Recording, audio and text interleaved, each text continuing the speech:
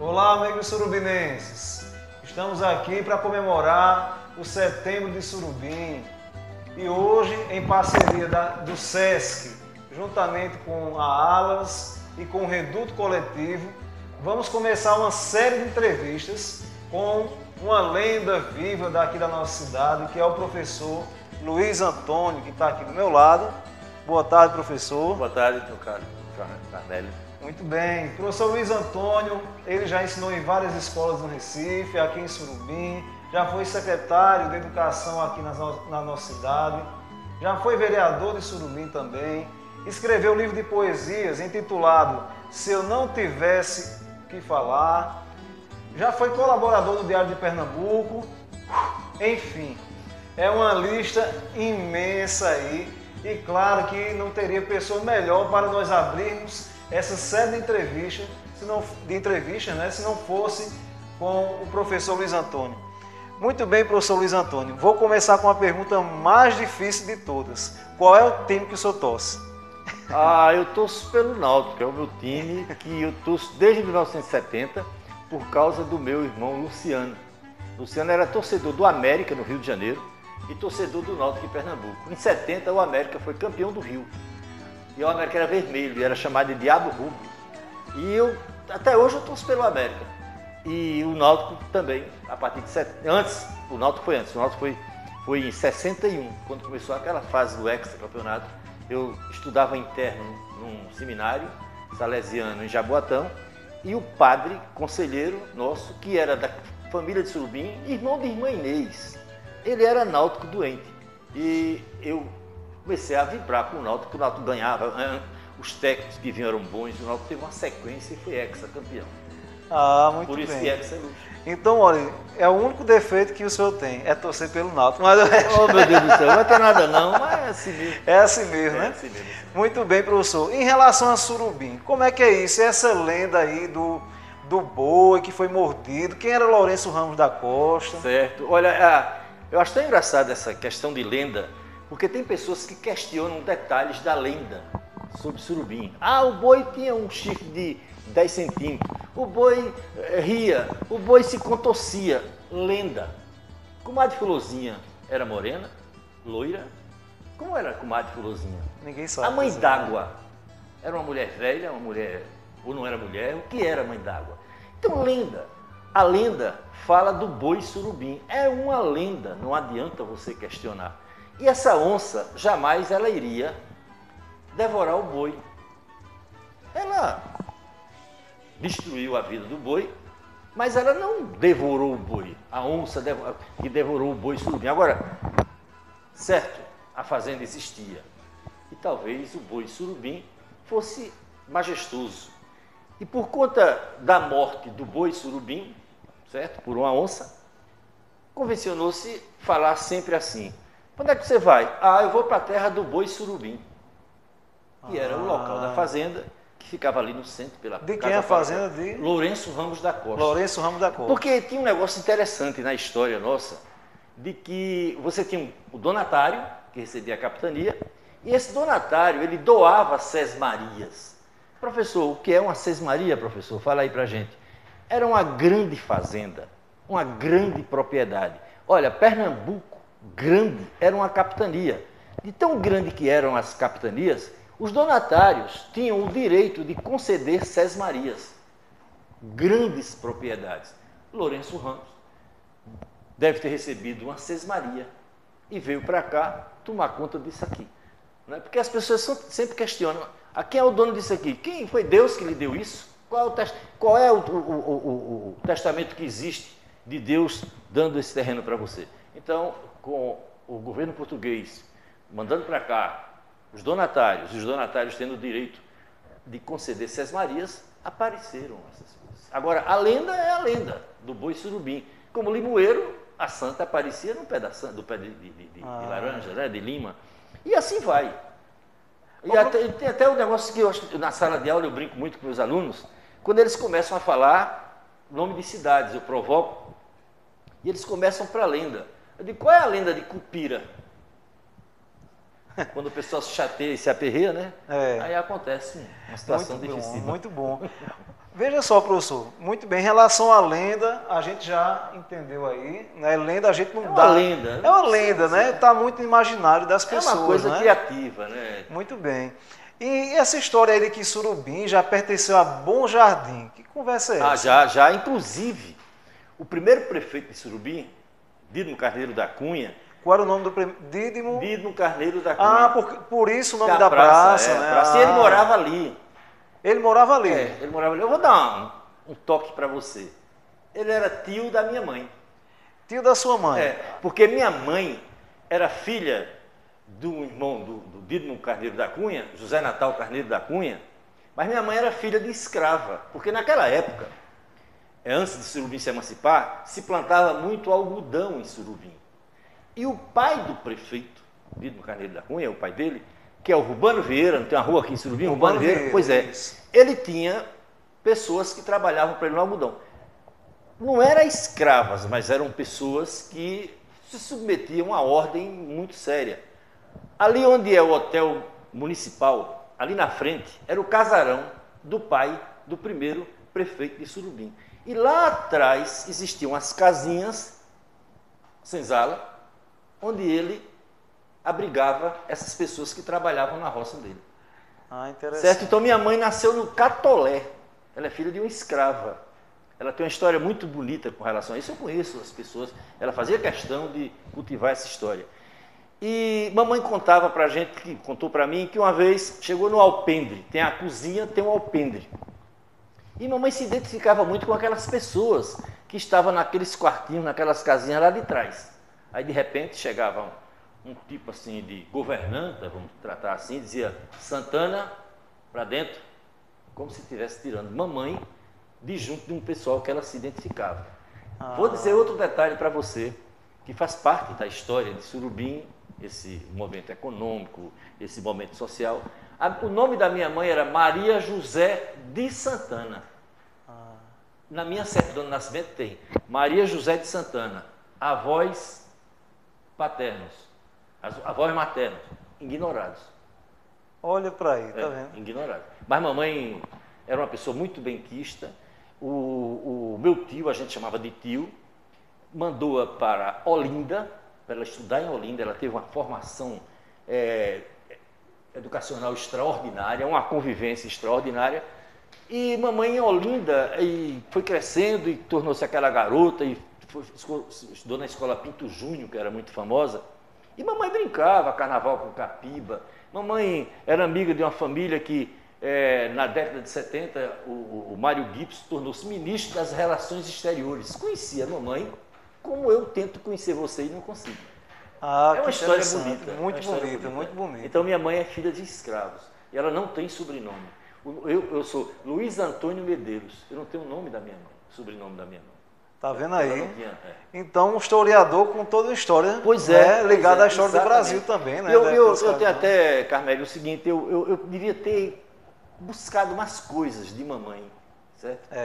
Mas eu faço um registro no livro dessa condição dela, eu faço no livro. Com certeza. Inclusive, para você que está nos assistindo, a nossa entrevista hoje, né, eu não falei no início, estou falando agora, é baseado principalmente nessa obra aqui do professor Luiz Antônio, Surubim, a história de todos os tempos.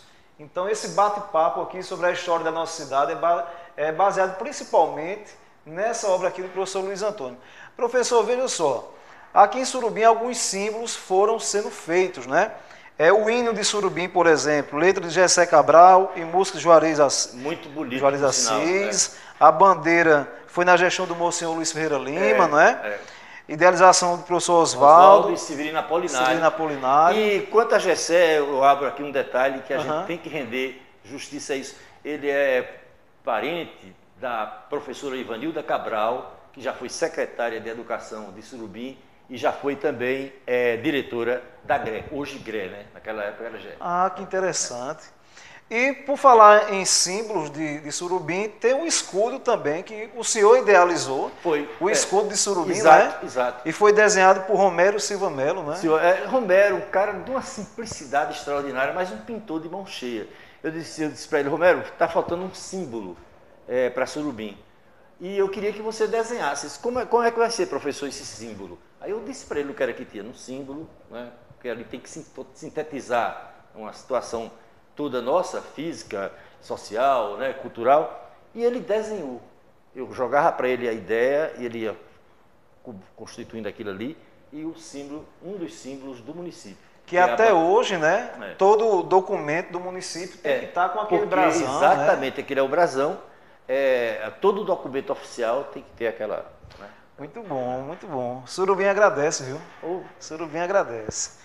Olhe, lendo o seu livro para poder lhe entrevistar, eu estava vendo algumas questões aqui muito interessantes. Alguns personagens políticos nós não conhecemos, nós surubinenses deixamos passar desapercebido, né?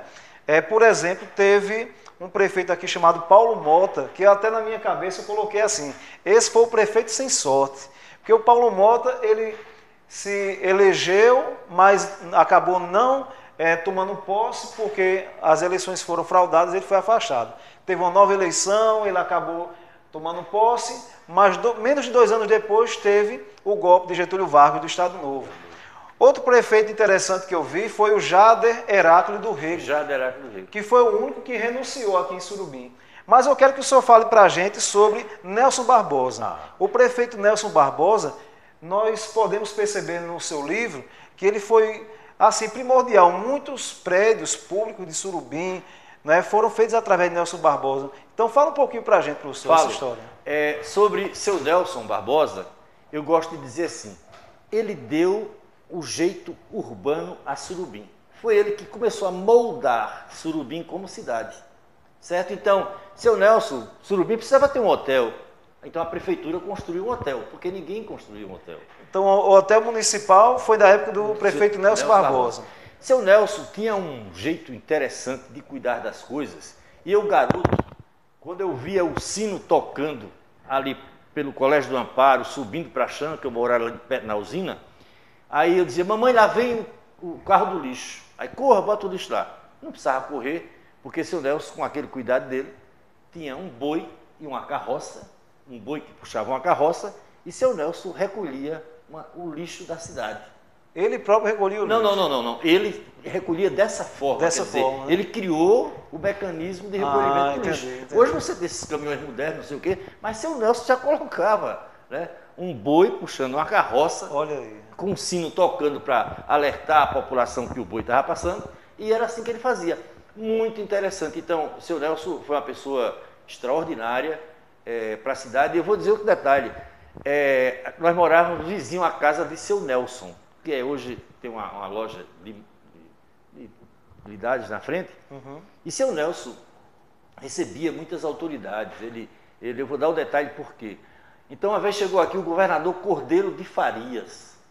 Aí eu era pequeno, mas eu gostava de ver essas autoridades que chegavam, as reuniões na casa. Eu ia ver. E seu Nelson já percebia que eu... Aí uma vez eu ia entrando e me seguraram assim, não, deixe Medeirinho, ele chamava Medeirinho. Deixe Medeirinho entrar, que ele gosta. Eu ia para lá ver. Era uma coisa extraordinária, eu gostava muito e eu admirava muito o seu Nelson Barbosa. Muito bem, muito bem. Inclusive o prédio da prefeitura também foi ele que fez, fez. O mercado público, Escola na Faustina. Escola na Faustina. Ele queria dar Surubim um jeito de cidade, então foi quem começou a urbanizar Surubim. Ele tem uma briga histórica com um ex-reitor da Universidade Rural de Pernambuco, que minha mãe chamava de padrinho. Padrinho. Ele criou minha mãe. E então ele visitava Surubim sempre, ele vinha aqui. Então houve uma época que seu Nelson derrubou uma gamileira para poder fazer o calçamento daquela rua 15 de novembro. No começo daquela rua ali, naquela esquina da rua 15 de novembro com 7 de setembro, tem uma gamileira. Seu Nelson derrubou para tirar a gamileira do caminho e fazer o calçamento da rua. O reitor João Alfredo da Costa Lima, que era parente de governador Costa Lima, aquela coisa toda, ele não gostou. Não gostou. E criou um problema sério. Aí a turma de formandos do Colégio do Amparo, do Magistério, de 1955, não sei por que achou de chamar Dr. João Alfredo para ser o paraninfo da turma, pela ligação com minha mãe, Letícia, minha irmã, estava se formando nessa turma. Era uma coisa muito bonita, muito interessante. Infelizmente, na hora que o Dr. João Alfredo, eu estava lá sentado, prestando atenção, viu, lá na plateia, no auditório do Colégio do Amparo, que tinha um auditório. Aí o Dr. João Alfredo se dirigiu ao seu Nelson, reclamando oficialmente a derrubada da Gamileira. Eram coisas que, sabe... Bem típico de cidade do interior mesmo, né? Mas muito é interessante. Falando nesses prédios públicos, professor, o Monsenhor Luiz Ferreira Lima, eu estava vendo no seu livro que ele fez muitas coisas antes mesmo de se tornar prefeito, né? O senhor poderia enumerar para a gente alguma desses feitos do Monsenhor? Olha, o Monsenhor Ferreira Lima, ele era melhor fora da administração pública do que na administração pública. Ele foi prefeito, foi deputado estadual, chegou a ser suplente de deputado federal, um cara de uma visão extraordinária, um visionário, certo? E o Monsenhor Luiz Ferreira Lima, ele construiu o Hospital São Luís e a maternidade Nossa Senhora do Bom Despacho, certo? Naquela época, o meu tio, José Natal, irmão do prefeito Didmo Carneiro da Cunha, ele, que era chamado por mamãe de tio Zé, ele doou todo aquele terreno, aquilo era tudo dele ali, aquelas terras, por exemplo, todas dele. Ele doou todo aquele terreno para o hospital, porque ele vibrava, ele, com o Monsenhor Ferreira Lima, querendo construir um hospital em Surubim, uma coisa extraordinária. Então, desculpe eu adiantar mais um pouco. O Monsenhor Ferreira Lima construiu o Colégio Marista, cuidou da educação, e construiu o Hospital São Luís e a Maternidade São Luís, cuidou da saúde. Tudo isso antes de ser prefeito? Antes de ser prefeito. Só tem uma coisa que ele fez, e há um registro muito interessante no meu livro, Nelson Lucena, certo? Uma figura extraordinária, engenheiro, Nelson Lucena, que foi casado com a irmã do ex-deputado Gonzaga Vasconcelos. Então, Nelson Lucena, ele escreveu um livro, O Beco do Pituco. Onde é o Beco do Pituco, Luiz Antônio? Começa ali onde era o Nilda Flores e vai até ali o hospital. É o Beco do Pituco. Pega no fórum, né? O fórum, tudo. Então, Nelson, ele escreveu o Beco do Pituco. E no livro dele, Beco do Pituco, ele reclamava do Monsenhor Luiz Ferreira Lima porque derrubou a antiga igreja para construir a nova igreja. A antiga igreja, ela não era voltada para aquela farmácia, não é comercial, não, a farmácia Miranda.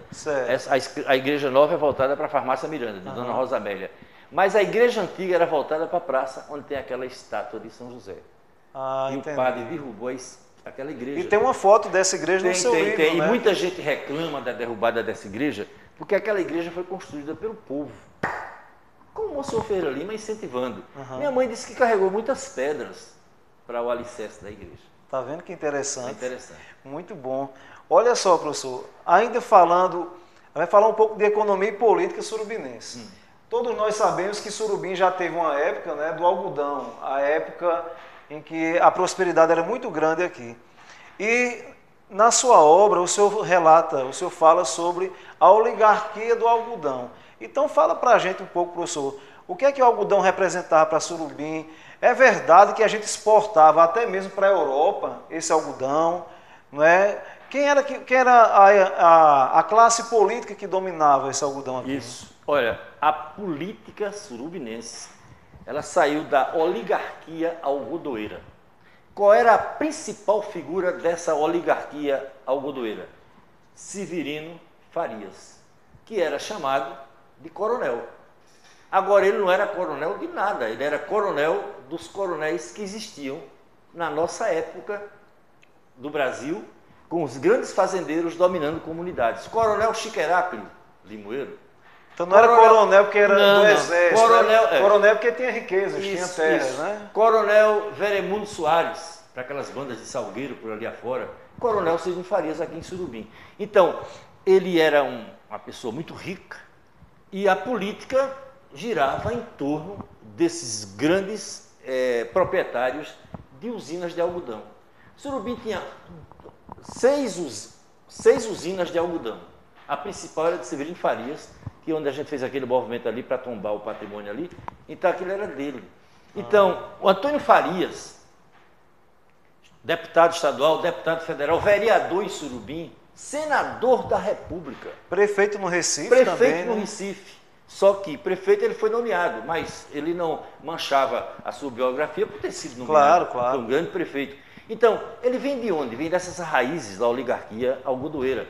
Outro, Geraldo Barbosa, vereador em Surubim, deputado estadual, muitos anos. Uma figura também decente, uma figura boa, um cara comedido. Faleceu há pouco Agora tempo, pouco, né? é trabalhador, certo? Um trabalhador. Ele era do algodão também, ele tinha usina de algodão. Humberto Barbosa veio do algodão também. Veio do algodão que também. trabalhava com o irmão. Então, a oligarquia algodoeira dominava a política de Surubim. Quando o Monsenhor Luiz Ferreira Lima, que veio de Nazaré para cá, começou a ser o pároco de Surubim, ele começou a desmanchar os poderes dessa oligarquia. Porque ele estava com o povão. Ele batizou todo mundo de Surubim. E ele tinha aquele jeitão dele político, apesar de padre. Então foi ele que rachou essa oligarquia algodoeira, enfrentando esse pessoal. Muito bem. Ainda falando de política, não é? Eu vi que durante o período militar, de 64 até 85, aqui em Surubim tinha um fato muito curioso, né? Porque candidatos a prefeito, teve um momento que tinha 3 candidatos de um mesmo partido. Pois é. Né? Então, quando eu li assim, eu digo, não, isso aqui realmente é Você novidade tinha em pra mim, Surubim, né? você tinha Arena 1, Arena 2 e Arena 3. Já o MDB, ele era sozinho. Né? Você depois trocaram a Arena por PDS, porque tinha que ter o P de partido. Aí, Partido da Democracia Social, PDS. Então, era PDS 1, 2 e 3. Aí você me pergunta, por que isso? Porque tinha a corrente de Severino Farias, do coronel Severino Farias, tinha a corrente do Monsenhor Luiz Ferreira Lima e tinha a corrente de Geraldo Barbosa. Imagina como era uma convenção. Imagina só a briga, hein? Unindo para eleger uma diretoria, um diretório, 3 correntes diferentes no mesmo partido. Agora o MDB colocou só o P na frente e o MDB sempre foi arredio a essas oligarquias. Continuando nessa veia aí, professor, tem a questão de Miguel Farias. Quem é que foi Miguel Farias, né? Miguel Farias era do Sindicato dos Trabalhadores Rurais de Surubim. Uma pessoa decente, um lutador da chamada naquela época Ligas Camponesas, certo? Que Surubim foi muito ativo nisso aí. Aqui nós tivemos pessoas de Surubim presas por causa desse movimento das Ligas Camponesas. Miguel Farias foi quem trouxe o Sindicato dos Trabalhadores Rurais para Surubim. Muito bem. E ele acabou sendo assassinado. Exatamente. Agora, isso aí é um mistério tão grande que envolve isso. Eu vi que no livro o senhor compara muito a trajetória de Miguel Farias com a de Evandro Cavalcante. Evandro Cavalcante. Né? Miguel Farias, ele montou a estrutura sindical do trabalhador rural, do trabalhador do campo em Surubim. É como se ele dissesse assim, se a gente não se organizar, a gente não vai para lugar nenhum. Mas naquela época, eles eram considerados subversivos. Né? O doutor Evandro Cavalcante é uma figura extraordinária, fui vereador com ele, fui eleito presidente da Câmara por causa do voto dele, certo? E Evandro Cavalcante, eu até me emociono quando falo sobre ele, foi uma pessoa muito dedicada à causa do trabalhador rural, certo? De Surubim. Ele defendia com unhas e dentes.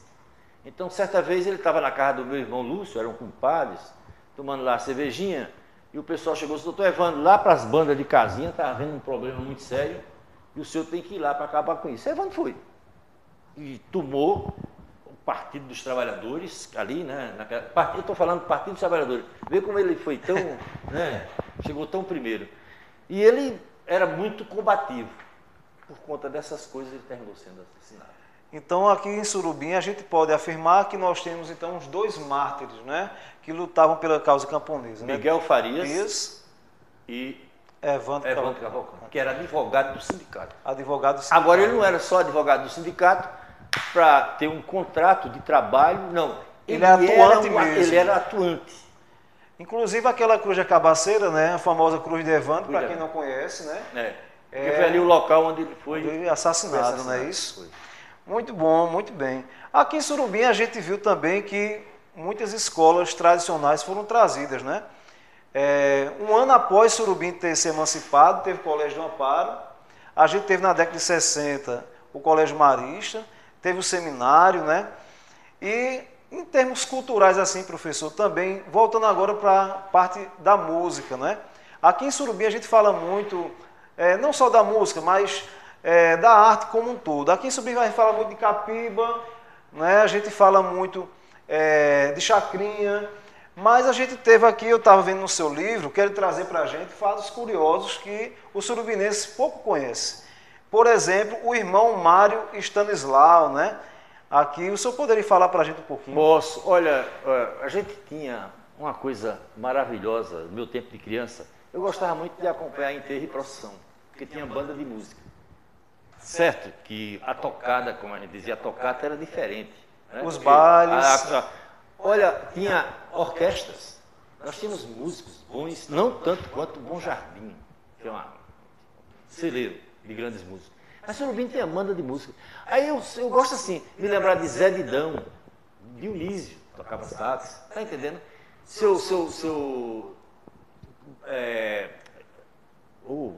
Evaristo Amorim. Isso, ia falar agora. Então eram pessoas que tinham na alma a musicalidade e, acima disso, fazia o seguinte, organizava essa arte musical de Surubim com bandas de música, com orquestras. Meu amigo, o Esporte Clube Surubim. Paraguaçu Jazz Band. Lembra alguma coisa assim? Banda Paraguaçu. Eu fui pra festa. Doce Veneno, Frutos da Terra. Frutos da Terra. Os meigos. Os vibrantes também. Os vibrantes de Abel, E eu acho que dessa turma antiga, professor, tem mais agora só a pessoa do Nascimento, né? Tem também o Ranagórico, obviamente, o rock and roll. O Ranagórico, que é uma coisa extraordinária, porque o Ranagórico é do rock. Mas é uma coisa bem feita, então. Tuca, do Ranagórico. Pessoa, figura extraordinária. E eles, hoje você tem esses festivais aqui de Motofest, não sei o quê, com rock. Aquilo vem dele. Exatamente. Vem dele. O Mastigado do Forró também. Mastigado do Forró, muito bom. Que nasceu ali do Colégio Maristas. Se você falou dos colégios, eu vou abrir um pouquinho aqui um parênteses, porque a gente quase que passava por cima. É que Surubim teve a sorte de ter aqui as irmãs franciscanas com o Colégio do Amparo e os irmãos maristas. Você não sabe quanto isso foi bom para os surubinenses, para a gente.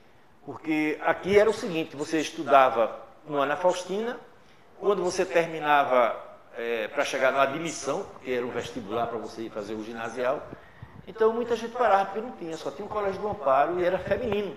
E era só feminino. Só feminino, tinha internato. Então você parava de estudar. Quando você ia para Pacas, no Cabo, que era o Instituto Agrícola, ou então quando o pai podia, a gente ia para Recife estudar. Aí veio o Marista, certo? Veio o Colégio do Amparo, muito antes, 1929, e a gente tem que agradecer, enaltecer, não esquecer e destacar a presença das irmãs franciscanas do Colégio do Amparo e dos irmãos maristas do Colégio Marista Pio XII. Da época do Papa Pio XII, né? Muito bem. Olha, e o Teatro Fantasia, né?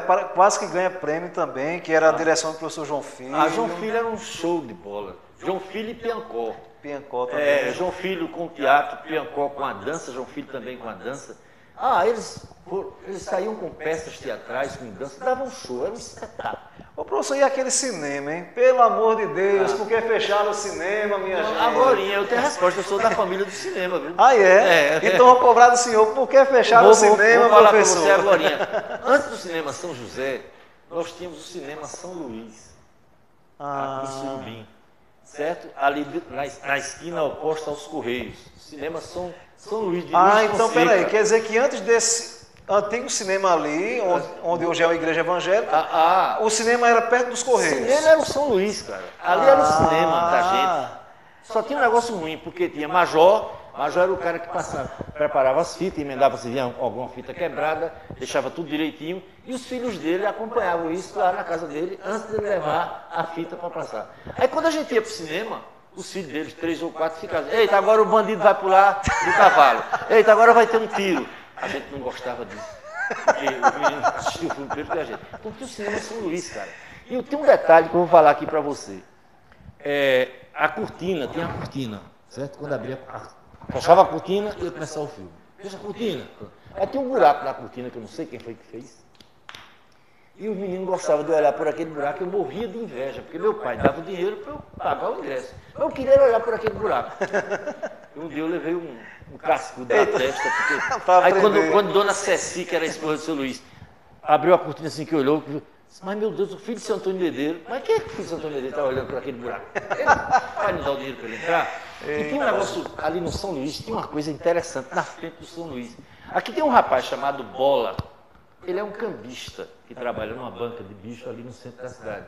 Bola era craque na venda de revistas, de quadrinhos, de faroeste, disso, daquilo outro. Era impressionante. O Bola, eu ficava bobo vendo o pessoal rodeando ele para comprar revista de faroeste. Que interessante. Por que eu só acho que o cinema fechou em Surubim? Agora eu vou chegar nessa parte.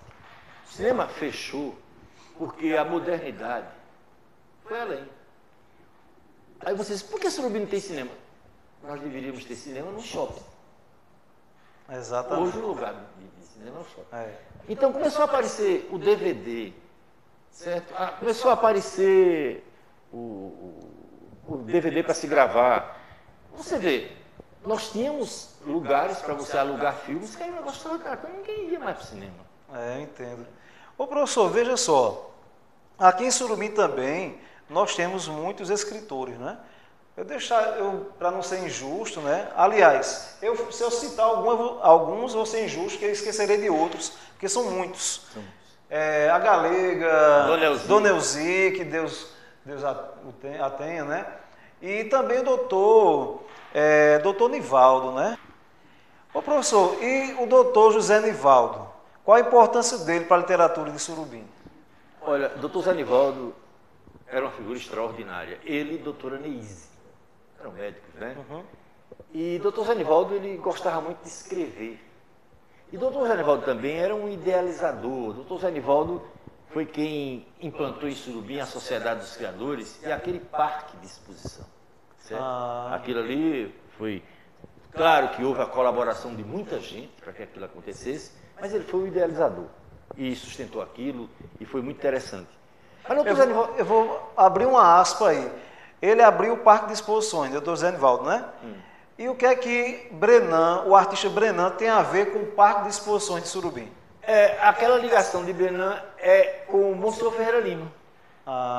Que Brenan fez um painel na sede da Associação dos Criadores de Surubim, da Sociedade dos Criadores, e eu lembro muito bem, aquilo ali foi um pedido do padre que ele atendeu, do Monsenhor Ferreira Lima. Muito bem. Então, aquele parque de exposição de animais, ali, aquele painel, né, foi o artista Brenan que fez. Renomadíssimo, né? E veio para Surubim. Exato. Do Monsenhor. E há uma ligação com o Monsenhor Ferreira Lima para aquele painel estar ali. Muito bem, mas continue falando do doutor Zé Nivaldo. Doutor Zé Nivaldo. Então, o doutor Zé Nivaldo era uma pessoa que ele era muito ativo assim, na escrita, na fala. Ele falava muito bem e ele gostava de política.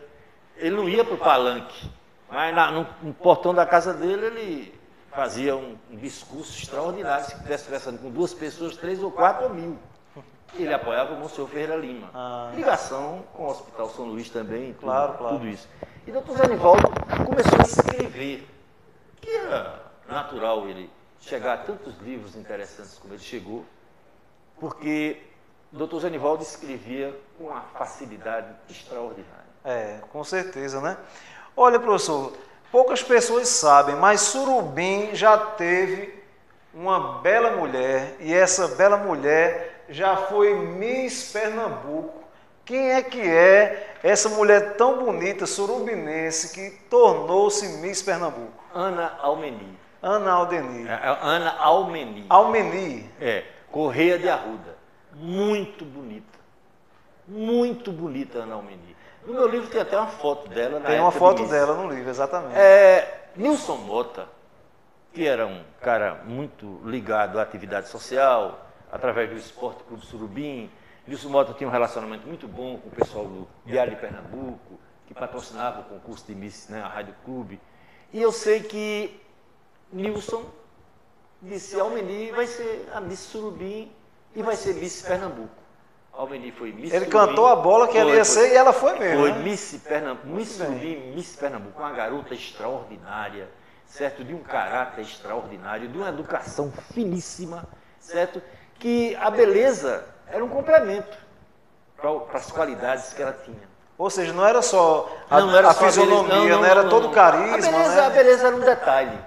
Ela era uma figura extraordinária, uma pessoa educada, fina, e disputou o concurso de Miss Pernambuco e ganhou. Que festa! Muito bem, que festa, né? Aqui em Surubim. Que festa. Olhe, por falar nisso, eu vou pedir licença, eu vou pegar o seu livro aqui e não vou falar qual é o tema, a minha pergunta, o senhor mesmo vai identificar. Veja só, para você que está me ouvindo aí, é um pequeno verso. Imburana é pau de abelha, chique-chique é pau de espinho, lugar de moça bonita é na vaquejada de Surubim. Pois é. Isso aí é interessante, viu? Eu vou dizer onde foi que fui buscar isso. Tinha um irmão, Livaldo, que gostava muito de vaquejada, certo? E ele aboiava, gostava, porque tinha os aboios. A vaquejada de Surubim era uma coisa extraordinária. Sempre concentrou muita gente. E não tinha a modernidade de hoje. Para você ter uma ideia de como o vaqueiro era festejado em Surubim na vaquejada, o Colégio do Amparo, quando chegava na época da vaquejada, aquelas turmas de formando, uma turma ia se formar professora, tal, terminou mais tarde, elas iam procurar os vaqueiros, uma levava uma fitinha vermelha e a outra levava uma fitinha azul, certo? Então era azul e encarnado, como o pastoril, certo? Aí o vaqueiro dizia: não, eu sou do azul. Aí dava uma contribuição e recebia uma fitinha pequenininha aqui no peito. Eu sou do encarnado. Então isso era uma coisa muito bonita em Surubim, muito bonita. Muito bem. Já que a gente está falando de vaquejada, me diga aí, aqui em Surubim, comenta-se que nem sempre a vaquejada foi lá onde é atualmente, na beira da pista, com o Parque J. Galdino. Aqui no centro da cidade, a gente teve alguns locais que eram feitos de pista de vaquejada. Ali é onde, professor? Olha, Banco do Nordeste, ali por trás do Banco do Nordeste. Por trás do Banco do Nordeste já foi uma pista de vaquejada. De vaquejada, foi. E depois apareceu a quadra Odília Farias, que era o ponto de encontro da juventude de Surubim, todo sábado, para jogar voleibol, futebol de salão. Quadra Odília Farias.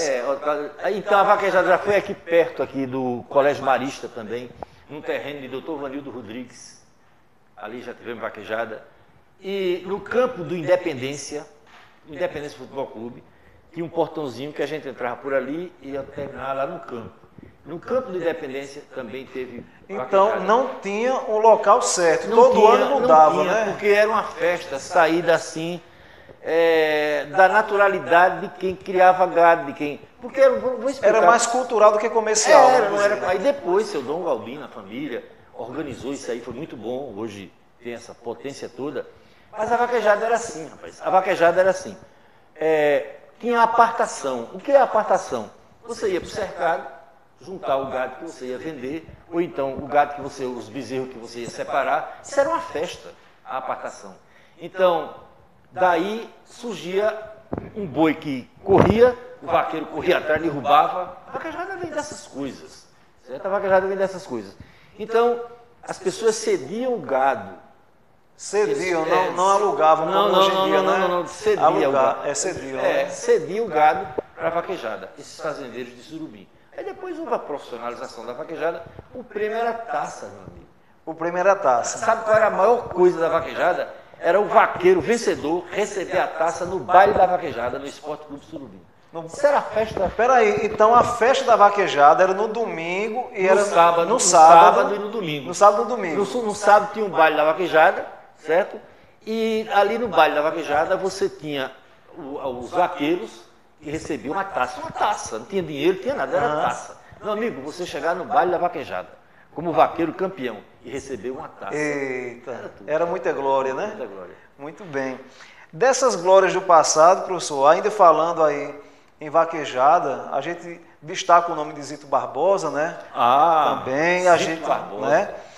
O Quinteto Violado, que fez a música Vaquejada, né? Viola Camarada, né? Escuta o meu cantar. Né? Então, até hoje, algumas pessoas mais jovens até confundem. Doutor Venha Ver Surubim. Doutor Venha Ver Surubim. Algumas pessoas acham que o hino de Surubim é essa música da vaquejada, sendo que não é, né? Não é. Essa música é muito bonita. Agora, o hino de Surubim é muito bonito. Foi escrito por quem, professor? Gessé Cabral. Ah, sim, foi. E a música de anteriormente. Capiba. Isso, e a música de Capiba. Gessé Cabral. Inspiração extraordinária. O hino de Surubim é muito bonito. É lindo mesmo. Olha, então a vaquejada é um patrimônio histórico de Surubim, né? E para a gente ir na reta final aqui, falar em patrimônio histórico, a gente vê, né, professor, que a questão da preservação do patrimônio histórico é uma dificuldade que nós temos na nossa cidade, né?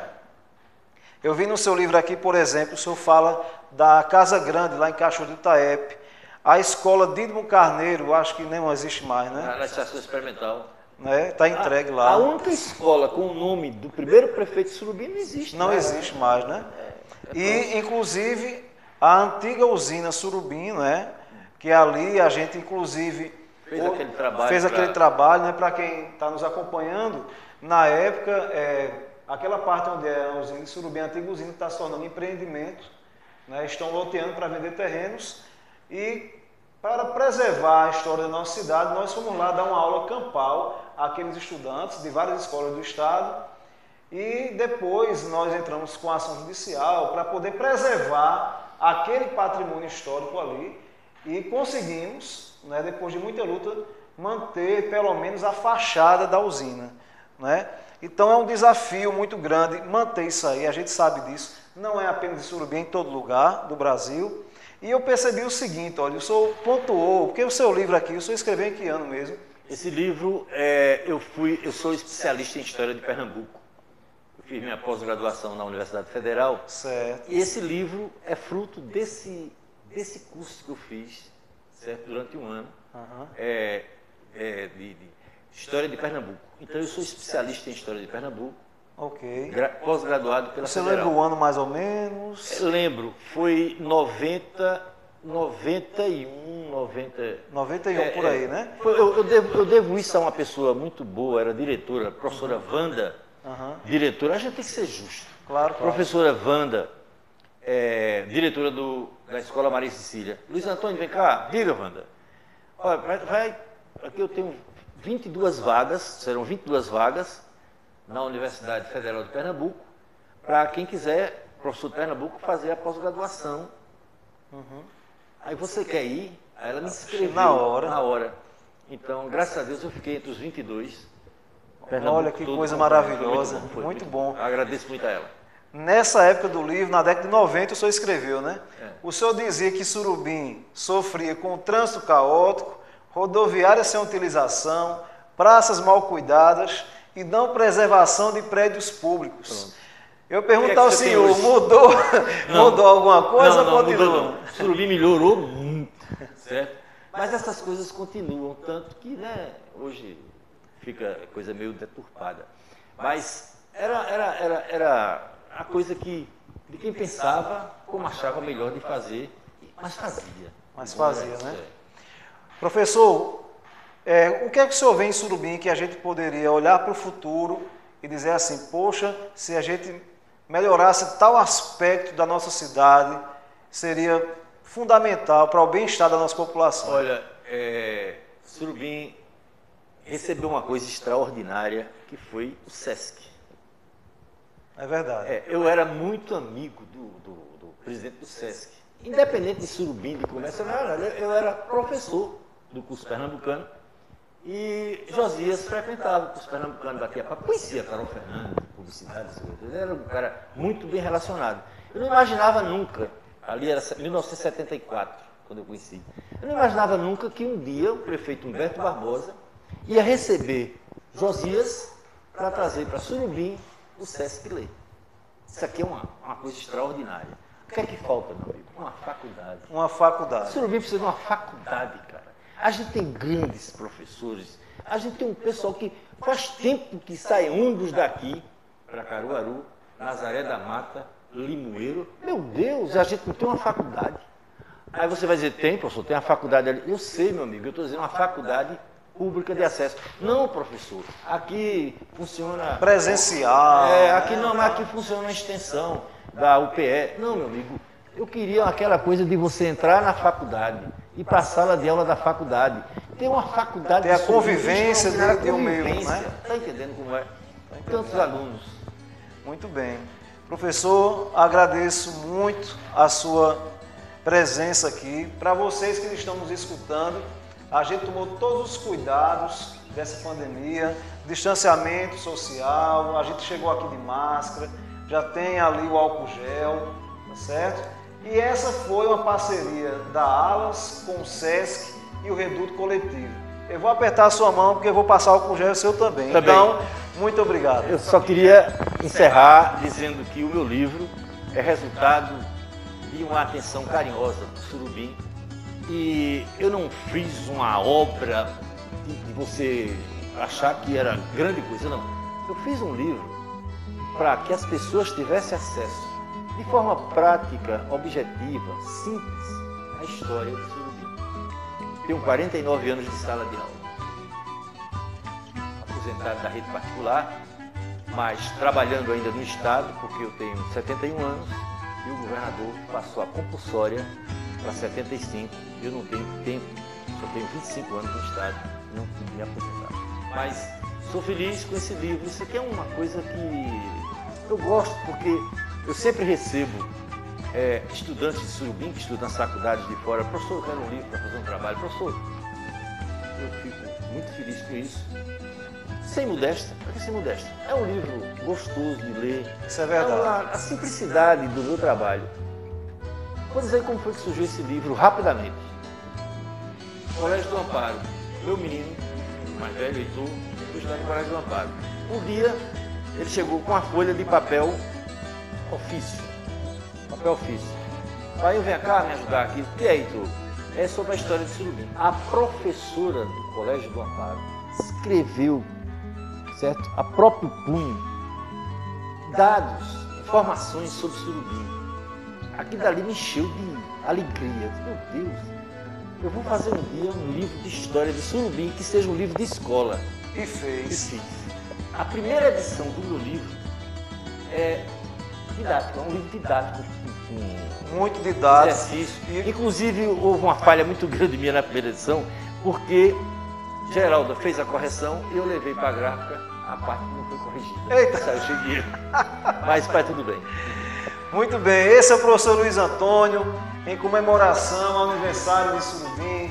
Fiquem com Deus e até a próxima entrevista. Eu só quero dizer uma coisa. Quem quiser fazer por mim, faça agora, como vocês estão fazendo. Muito obrigado. É isso aí.